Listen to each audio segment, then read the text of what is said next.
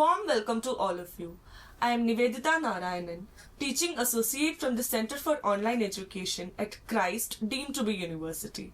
At Christ, we believe in excellence and service, and the objective of the Center for Online Education is to implement the same beyond physical classrooms and geographical boundaries.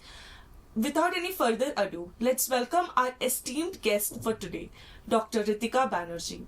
Dr. Ritika Banerjee comes with an experience in academia which is extremely rich.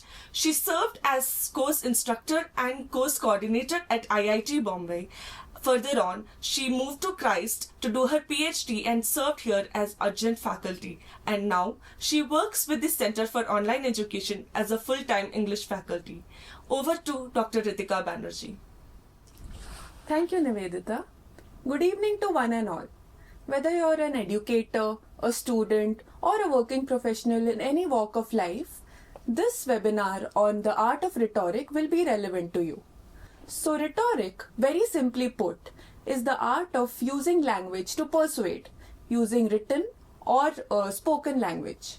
So let's decode the what, why, and how of rhetoric. But before that, let's look at the few elements that are important when it comes to rhetoric.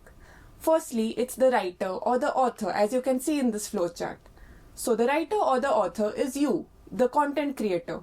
It depends on what you're making and who you're addressing it to.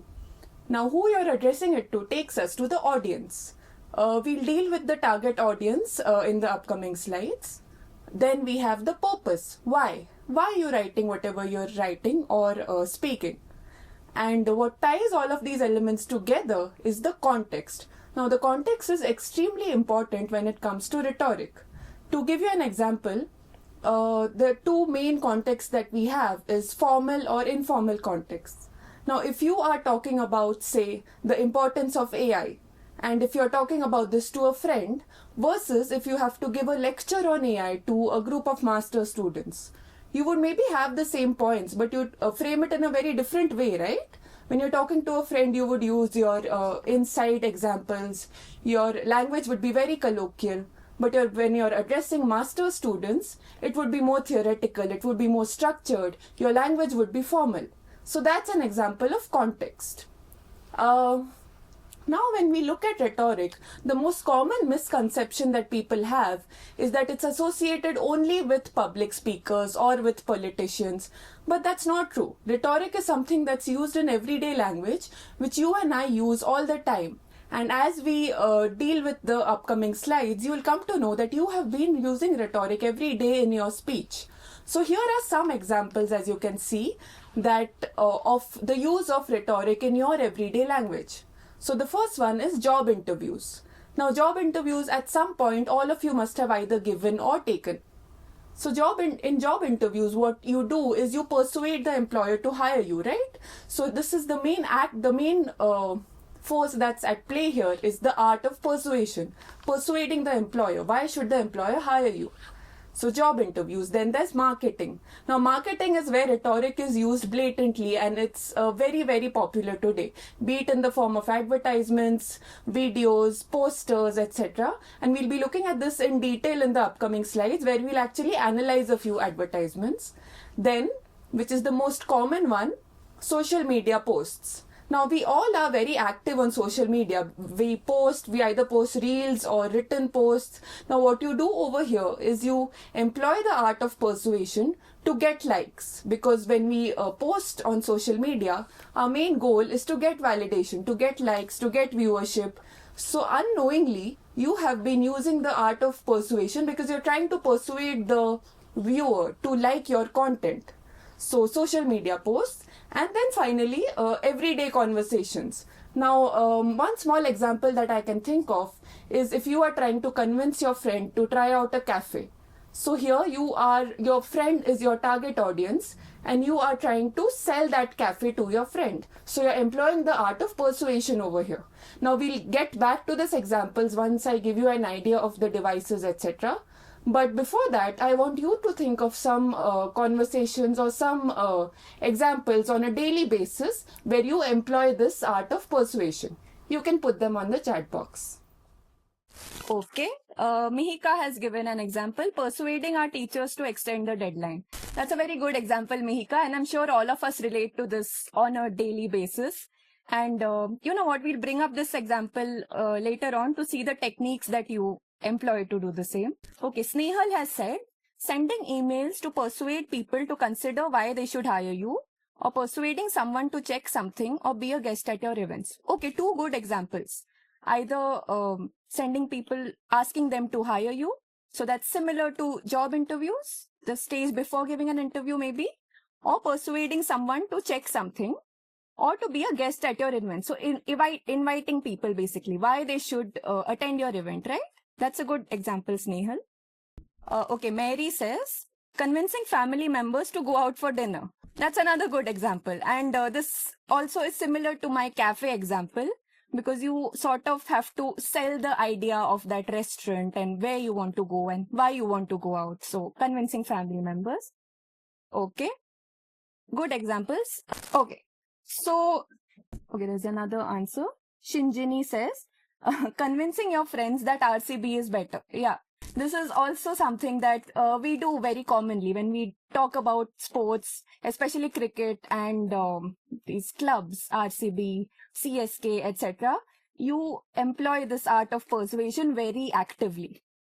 Persuading the manager to consider us for promotion cycles. Yes, very good. This is another way where you are, in a way, sort of promoting yourself and asking the manager to consider you for a promotion.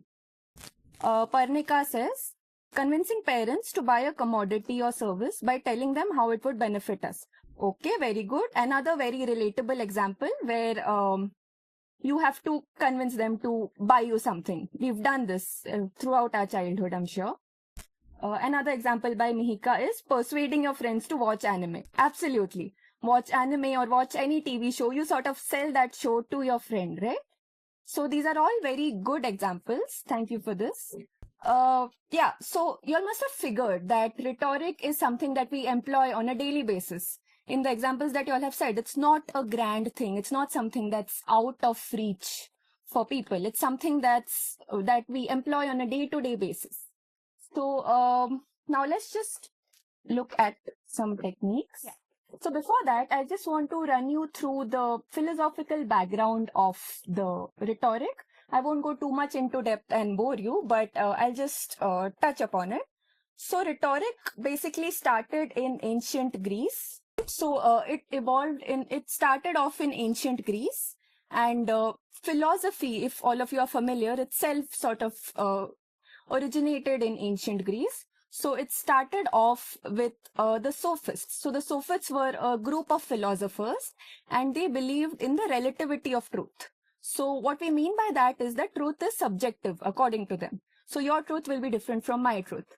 And that's how the idea of rhetoric came into being, because like I said, rhetoric wasn't so much about the what. It wasn't so much about what the truth is, but the how.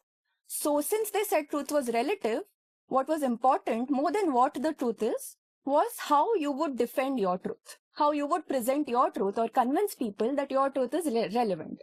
So that's how the whole idea of rhetoric came into being, and the sophists were considered to be the first teachers of rhetoric.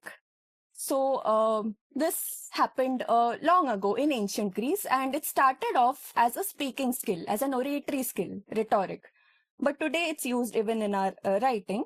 So earlier, if you all are familiar, in ancient Greece, that's where democracy also was popularized, and they relied heavily on this art of speaking, this art of convincing your audience to see your point of view. So yeah, so we started off with the sophists, and then came Plato. So Plato is a philosopher. I'm sure most of you must have heard his name. He's one of the first classical philosophers. So interestingly, he went against the sophists. He said that rhetoric was very manipulative, according to him, because what you're doing is you're convincing your audience to believe your truth, right? So he believed that it was manipulative, and he sort of dismissed the idea of rhetoric. But then later on, he came up with this idea of ethical rhetoric.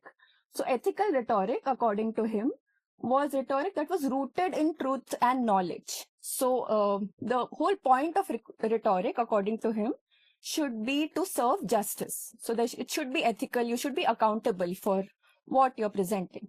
So that was Plato's idea. And then came Aristotle. Now, Aristotle is considered to be the father of rhetoric because it's his ideas that are used even today. Aristotle was Plato's disciple. He sort of combined both of these ideas of the sophists and Plato's ideas. His book, titled Rhetoric, is seen as this foundational text in the study of rhetoric, where he said that rhetoric was neither good nor bad. He took a very neutral stance on it. And he said that it was essential, and if used correctly, if used morally, then it could be very useful in a democracy. And he sort of structured rhetoric. Earlier, it was just a floating concept, but he gave it some structure by talking about these 3 appeals, which I will come to in a bit. But yeah, he's the first person who theorized it and gave it the structure. And even today, when we talk about rhetoric, Aristotle is the first name that comes to our mind. Then in ancient Rome, so its origin was in ancient Greece, it evolved in ancient Rome. In ancient Rome, Cicero, another renowned philosopher, he also promoted the idea of rhetoric, and he spoke about these 5 canons. So again, you might not have heard of these 5 canons, but when I tell you what they are, I'm sure you'll realize that you've been using them in your writing and your speaking. So these are the 5 canons. Invention. So invention is the pre-writing stage. So the equivalent in today's times will be brainstorming. It's where you're thinking of ideas, conceptualizing. So that is the invention stage. Then there's arrangement. As the name suggests, you're arranging your ideas. So it's just putting your ideas in order. This is also in the pre-writing stage. Then comes style. So style is the writing stage where you sit and you actually write your draft. And this is again applicable both for speaking and for writing. But even for your speeches, you usually write down your speeches, right, before you present them. So in the style phase, you actually sit and you make your first draft, your second draft. So that's the writing stage. Then there is memory. Now, memory is not very relevant to the written aspect, but like I told you, this started off in the speaking domain. So rhetoric was associated with the oratory aspect. So that's why it was at that point, all of this was a direction towards oratory skills. But today we sort of incorporate it in the written text as well. So when it comes to memory, he basically spoke about the need to memorize your text. So if you have to deliver a speech, it's always more impactful if if you form a connect with your audience and you're talking directly rather than if you're reading out of a paper, right? So suppose I was sitting over here and I had a paper in my hand and I was just reading out. Okay, so Cicero talks about the 5 canons of rhetoric: invention, arrangement, style, memory, and delivery. It wouldn't have that same impact, but it's more impactful when you memorize the text, when the text is in your head rather than on paper. And the final stage is the delivery stage. So now this is again applicable both to the written and the oral aspect. Delivery is basically how you present your content. So let's talk about the oral stage first. So when you are delivering a speech, you have to keep many things in mind apart from your content, obviously. First is your body language. So you need to make eye contact with your audience to establish connect. Then your hand gestures. So hand gestures always makes it feel more lively. If you sit still and just talk and just deliver it in a monotonous manner, that won't have the same impact as someone who uses their hands a lot. Movement, if that's possible. In classroom setups, for example, you have these teachers who make eye contact with you, who move around the class. So that again gives you this lively feeling of connection. So eye contact, hand gestures, your body language, you have to keep all of that in mind. Then the tone. So the tone in which you're delivering your content, it should not be monotonous. You should change your tone according to whatever you're saying to break monotony, especially if it's a speech and if it's a long speech. You won't have people's attention for more than 5 minutes if you're going to be monotonous. So you have to keep the tone in mind. And diction. Now, diction means choice of words. So you can say the same thing in multiple ways, but just by using certain words. So that is diction. Now moving to the written aspect, you have to keep the tone and diction in mind again. So you'll have your content written, you'll go over it again and check the tone. So if it depends on the context as well. If you're writing a sad poem, for example, you'll have to add words that give it that melancholy tone, that make it sadder. And similarly, the diction, you'll choose words that sort of evoke that emotion. So this is one step that very often people tend to skip, especially while writing. You usually, after you're done with your writing, you submit your writing or you don't look at it again. But this step is important, to go back and refine it and add elements, add or subtract elements to improve your tone and your diction. So that is your delivery. And then another philosopher, Quintilian, he's also a Roman philosopher. He sort of added a moral element to this. He said that a good speaker is also a good man. Now, this is something that's debatable, but at that time, like I said, they gave a lot of importance to oratory skills. So he gave a lot of value to rhetoric by giving it this moral angle. So we spoke about Aristotle, and I told you that he had structured this whole idea of the rhetoric, right? So he put into being these 3 appeals, which we use even today. And this is something that I would suggest you maybe take a screenshot of, because this is what we'll be using in the exercises towards the end. So he spoke about these 3 appeals that we need to keep in mind when we are using this art of persuasion. So before I get into it, one thing you need to keep in mind is it's not an either or situation. It's not that you have to use only one. You usually use at least 2, if not all 3 of them. So ethos. Ethos refers to credibility and ethics. All of these are Greek words. So ethos is basically establishing the credibility of the speaker. Why should you listen to whoever is talking to? So even before this webinar, we had Nivedita introduce me to giving you my credentials, right? Imagine if that hadn't happened, if the introductory session was not there. And if I just came and started talking, you would wonder that why should we listen to this person? Who is this person? So you need to establish some form of credibility. And you usually do this either by talking about your credentials, like she did, like she gave you my past academic background and told you what I've studied, etc., to give some form of credibility. So you can do that either through credentials or through experiences. So this is something you might have seen in TED Talks, where the speakers will sort of talk about their own experiences connected to the topic, which sort of makes you feel connected to them and makes you realize that they have some sort of experience. They know what they are talking about.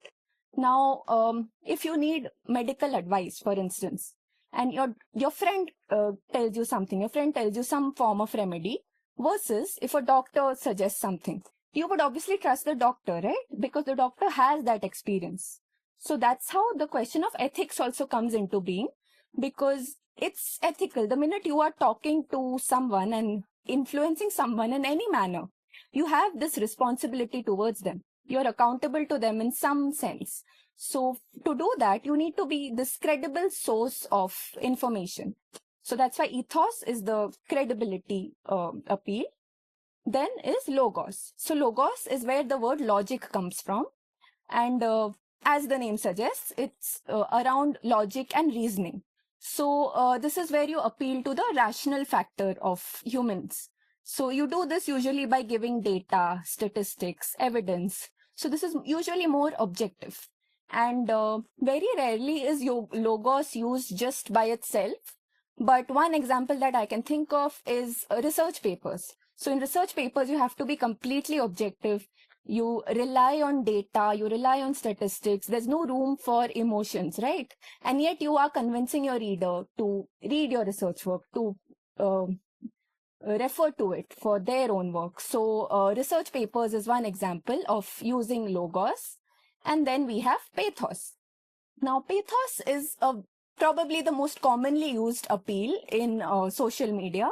Pathos is where you appeal to the emotional faculty of humans.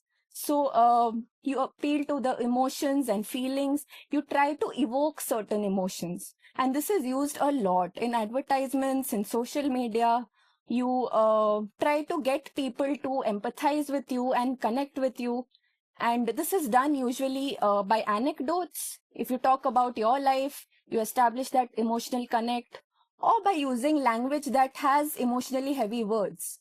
So you can, like I spoke earlier about the poem example, where if you're writing a melancholic piece, if you're writing a melancholic tone in a poem, you would want your reader to feel sad. You would want to convey that emotion. So you do that by using certain words that are specific to conveying that emotion. So that's what you're doing. You're appealing to the pathos of the person. So now, keeping this in mind, let's go back to our examples and see how these appeals are at play over here. So job interviews. The appeal that's primarily at play over here is ethos, because the whole point of a job interview is you have to establish your credibility. Why should the employer hire you? Because you are credible, you are apt for that role. So you establish your credibility. The first step of doing that usually is by submitting your CV. CV is full of your credentials, right? So that you're appealing to the ethos of the employer. Logos too. Logos is, like we saw, data, statistics, facts. So when you talk about your marks in your CV, your marks, how much you scored, all of that is data. And pathos, not always, but at times can be at play in job interviews. One example that I can think of is, suppose you have a gap in your resume, a gap between two jobs, and you're asked about that gap. So you can maybe narrate your story about how you were going through a tough time. And when you're doing that, you're sort of appealing to the emotion of the employer. So job interviews. Marketing, we will deal with in a bit. Like I said, we'll be looking at ads in detail. Social media posts. I think we can all agree that we usually try to appeal to the emotion, so the pathos over here, because that gives you the most number of likes. So you try to get people to empathize with you, either through your videos or your pictures. So it's usually pathos that is at play. Logos too, sometimes if you're writing a post, a LinkedIn post, for example, where you write data, and so you'll appeal to a different kind of audience over there. So logos is also at play sometimes. And everyday conversations, the example that I was giving you about trying to convince your friend to go to a cafe. Let's see how all the three can be used. So first, let's start with logos. You'll mention the Zomato rating of that cafe. You'll say that this is rated 4.1. So that you're giving facts and you're appealing to the logical faculty of your friend. Then ethos, you're establishing credibility. You can do that by saying that I went there last week and I tried out these dishes and they were really good.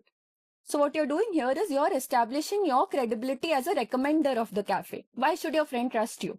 Because you've been there. So that is your past experience. So ethos and pathos. Now suppose this friend is away from their hometown, and you tell the friend that when you go to this cafe, it gives you a very homely feeling. So what you're doing is you're creating this, you're evoking this nostalgia, and you're playing on that emotion. So pathos. So you see how all three can be at play in such a small instance too. Even in all the instances that all of you pointed out, I'm sure you all must have figured by now how these elements are at play. Okay, so I had told you how the audience is very important when it comes to rhetoric. So you can have the best subject matter, but it will be lost if you don't fashion it according to your audience. So you need to keep the intended audience in mind at all points. And here are a few things that you should keep in mind. The demographic. So the demographic basically means the age group of the audience. Now, suppose I was to talk about the impact of AI to a group of 6th or 7th standard school kids versus to a group of master's kids. Even though my content will be the same, I'll have to I'll have to make it a much more simpler version of whatever I want to say for the school kids, right? Even my examples will change. For the master students, I can use examples like research papers, etc. But that will be lost on school kids. So for school kids, I could maybe talk about using AI in games. So I'll have to change my examples as well. So the demographic, which is the age group, then the educational background. Educational background refers to the level of education as well as the stream. So level of education, again, my same example will apply over here. 6th or 7th standard students are very young. So the examples will be different for them. The content will be different for them.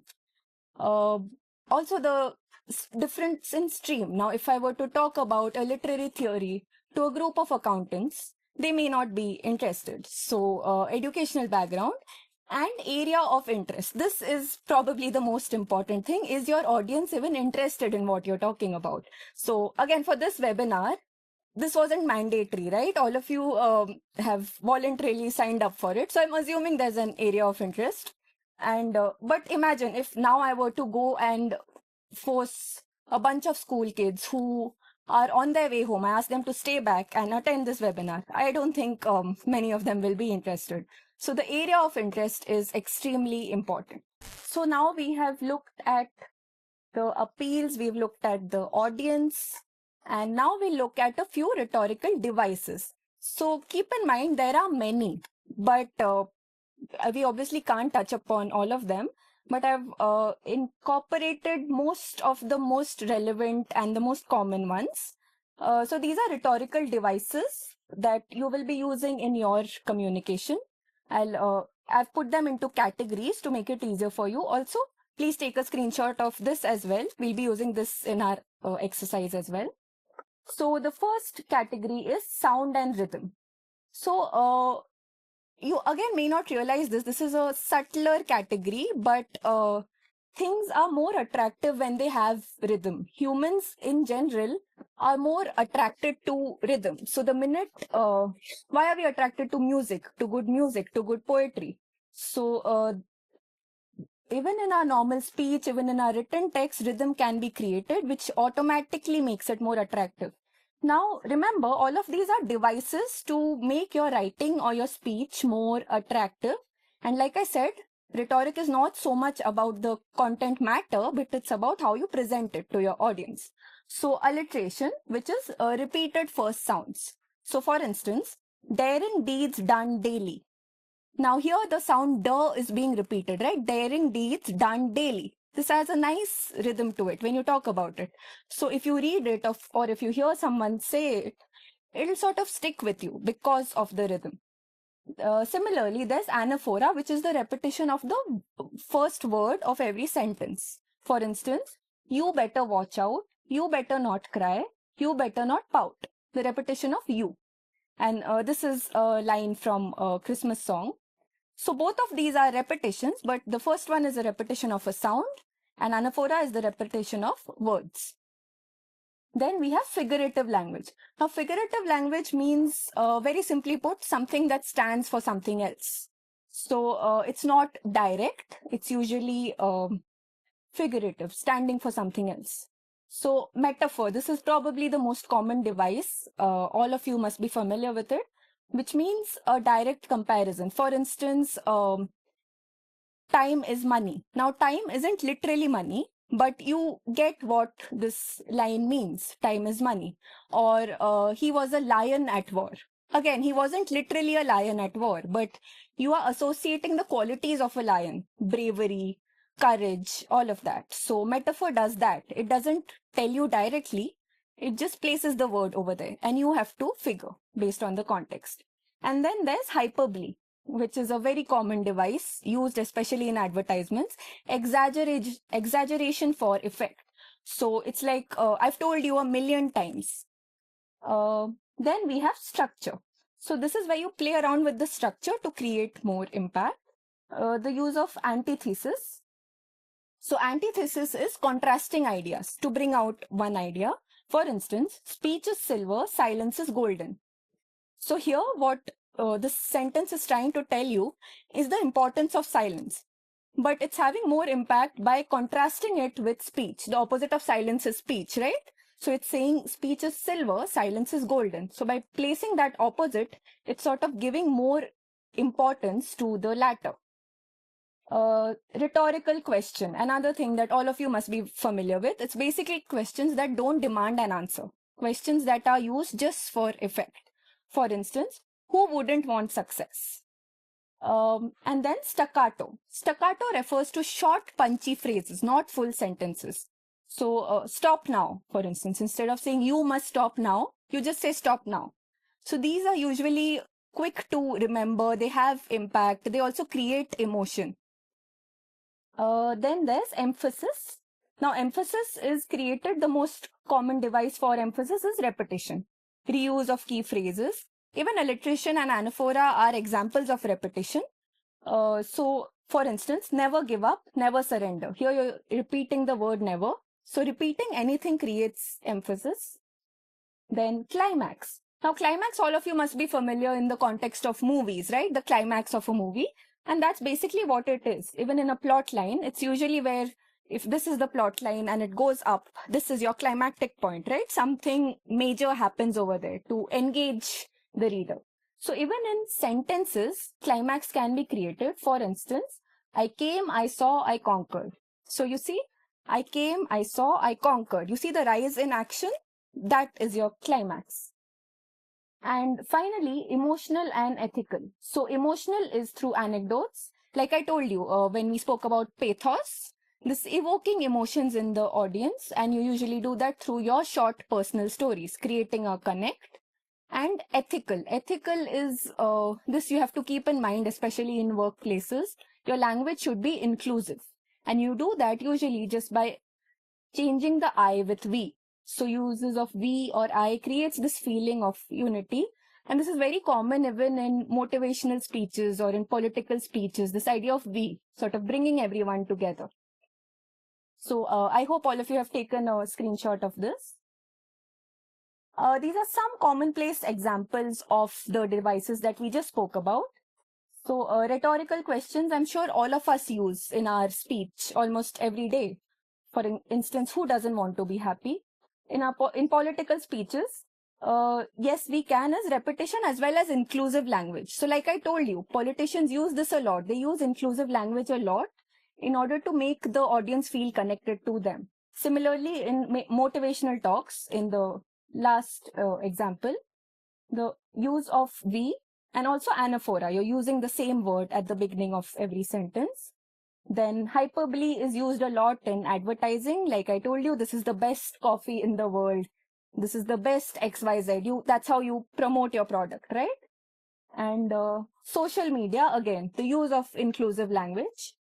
And storytelling. And this is, again, probably the most common form of rhetoric that we use with our friends when we tell them about some event in our day. When you talk to your family, you're using anecdotes. You're narrating what happened.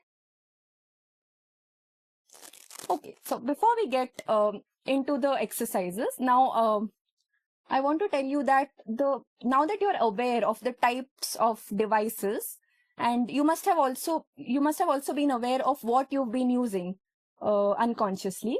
So awareness is the first step to improving your communication. So now we'll do a few exercises where there are advertisements that we'll do a rhetorical analysis of. And once we analyze something rhetorically, we'll also immediately know what to incorporate in our own communication. So these are some very popular ads. Just take a few seconds to look at it. So this is Nike's most recent ad.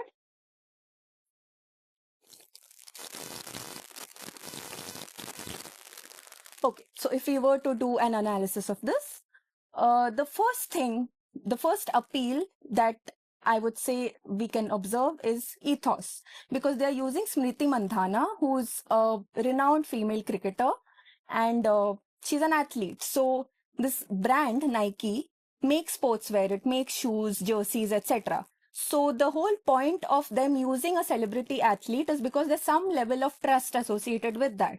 You'll feel that, okay, an athlete is using this brand, I'm sure their sportswear is good. or these celebrities also have their own fan base. So many people will buy those products just because they trust Smriti Mandhana. So that's what they're doing. They're appealing to your ethos, the credibility factor. Then the slogan, just do it. This uses staccato. You can refer to the table that we mentioned earlier, this device, staccato. Instead of saying you can just do it, that wouldn't have had the same impact, right? So just do it. It's giving the sense of urgency, and it's also motivating you. It's instilling confidence. Yeah, so the imperative tone as well, it's used as an order. It's telling you to just do it. So what they're doing is they're selling an attitude of resilience and confidence. And it's not just about the product, but now you'll associate Nike with this brand that sort of sells resilience and confidence. Okay, this is Dove's ad, and I'm sure many of you must be familiar with this Real Beauty campaign that they had recently. Okay, so here it appeals to ethos. Let's see how it appeals to your ethos. So it features diverse women from all backgrounds. And the main USP of this campaign was that they don't use celebrities. Unlike other beauty brands, they use real women. So they stress on this idea of real, where it's women like you and I. So the average audience member would also connect to the advertisement. They'd feel represented, they'd feel seen. So that's how they are establishing this sort of credibility, that we aren't showing airbrushed images of celebrities, but we are showing you on screen. So that's their form of ethos. That's how they are making their brand credible, by selling the idea of real. And pathos as well. Pathos is the emotional faculty, because now you feel seen. So far you have been feeling unrepresented, because like I said, it's usually airbrushed pictures of celebrities and these perfect images, these ideal images. So for the first time, when you see yourself on screen, like a representation of yourself on screen, you have this connect, you have this empathy, you feel connected. So there's this emotional response that it's also creating. And so it challenges this idea of real versus unreal. And that's how it's using the device of antithesis, which is real versus unrealistic ideas. It's pitting it against. It's like this unspoken rule, but it's not really talking about the unreal. But the unspoken thing over here is that other brands promote this unreal ideal, but we are promoting this real ideal. And repetition. So you see the tagline, we do real care, so you can do real beauty. This repetition of real twice. Again, sort of bringing this point home that we are giving you this real idea of beauty. And this again positions Dove as a socially aware and a supportive brand, rather than something that just focuses on this idea of perfection that doesn't really exist. Okay, this is slightly different. This is an ad. This isn't a commercial ad like the other two ones. This is an ad by an international NGO called World Wildlife Fund. Okay, so this is primarily resorting to your pathos, which is your emotions. So the minute you look at this picture, I'm sure all of you felt this feeling of pity because it's a polar bear that's hiding its face. You see this polar bear who's struck by fear, and you can almost feel that fear through the screen, right? You look at this picture and it immediately has this emotional impact on you. So pathos is central over here. The tagline, what on earth are we doing to our planet? That is an example of a rhetoric question, because it's not really expecting an answer. You know what you're doing to your planet. We are ruining our planet. That's basically what they're saying. So this NGO stands for the preservation of endangered species and wildlife conservation. So they're making this, they're adding this rhetoric question to sort of make you introspect and think about the actions that you've been taking and how you have been harming the environment. And it also signals this kairos. So kairos is another Greek word which refers to the right or critical moment. So again, creating this sense of urgency, because the tagline says, what on earth are we doing to our planet? Which means that if you don't take action right now, things will get worse. This polar bear over here is already scared, and there are many posters like this where the ice caps are melting next to the polar bear. So this creates this sense of urgency, this time-sensitive action that's needed. So it appeals to pathos primarily. It also appeals to Logos. When you open its website, it will give you this data on how many endangered species are there, how we need to protect them. So it will give you data along with this emotional representation.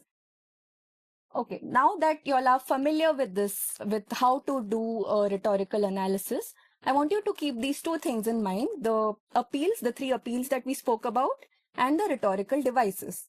And keep them with you, and I want you to analyze the next ad. This is a Coca-Cola ad, and this was their Open Happiness campaign. I want you to take maybe a few moments and put on the chat box. You can see the appeals that are at play over here and the devices. You can post your answers on the chat box itself. Tell me the appeals and the devices that you observe over here. Look at the slogan. Okay, we have a response. Mehika says repetition of the word ya and la. Very good. So the primary thing that they are relying on is repetition. Ya, la, la. It's literally repetition of just two words. And they're sort of driving this idea of happiness. So song, music, rhythm, they're doing that through repetition, right? And pathos, because it's appealing to the vacation and fun feeling with the beach image. Very good. So it's given this idea, this beach image, these rainbows, creating this idea of happiness. So it's evoking this emotion of happiness. So pathos, absolutely. Then we have Mary, who has said pathos, dealing with emotions. Happiness, repetitive words, musical notes. Absolutely. Musical notes too. Like I said, music, rhythm, it's usually associated with happiness. It's something that humans are drawn to. And repetitive words, like you said. Okay, Merlin says, open happiness is staccato. Very good. Open happiness, again, a short phrase, yet impactful. Staccato. Snehal has also pointed out staccato. So very good. You all have got the hang of it. You all have figured out the appeal as well as the devices. Now let's look at the next ad. This is an Old Spice ad. Again, look at the appeals and the devices. Very good. Mehika says a repetition of man. Smell like a man, man. So here what they are doing, Old Spice, they are selling this idea of masculinity that's associated with their products. So the repetition of man sort of makes the male viewers, it's to appeal to the male viewers, to make them feel more masculine. So repetition of man is important. Ali Akbar says masculinity. Very good, very well spotted. So that's what they are targeting. Primarily, they are selling this idea of masculinity. Mary. Okay, very good point, Mary. Comparison of horse and man. So again, this man riding a horse, it's a very stereotypically masculine activity because you are in charge. You are riding the horse. So it's associated with this masculine image that they are trying to portray to you. So comparison of horse and man, masculine feelings. Very good, Mary. Anyone else? All right. So I think you all have got the hang of it, which is great. So next time, now that you have this in mind, I want you to keep this in mind, these devices and these appeals primarily. When you look at any ad, any social media post, just be aware. Like I said, awareness is the first step, and then you improve. So once you have this list in mind, you will, you can improve and incorporate it in your own speech and be aware and mindful every time you're doing so. So I hope now you have an idea of the rhetoric and how you can use it in not just in your speeches and your writing, but in your everyday conversations. Make your everyday conversations better. So I hope this was helpful. Thank you so much. Thank you, Dr. Ritika Banerjee. This session was insightful indeed. I would like to extend my heartfelt gratitude to all the participants who joined us today. I hope you have tons of lessons to take back from the session today. For more queries related to admissions or courses, please visit our website online.christuniversity.in. This is your host, Nivedita Narayanan, signing off. Thank you.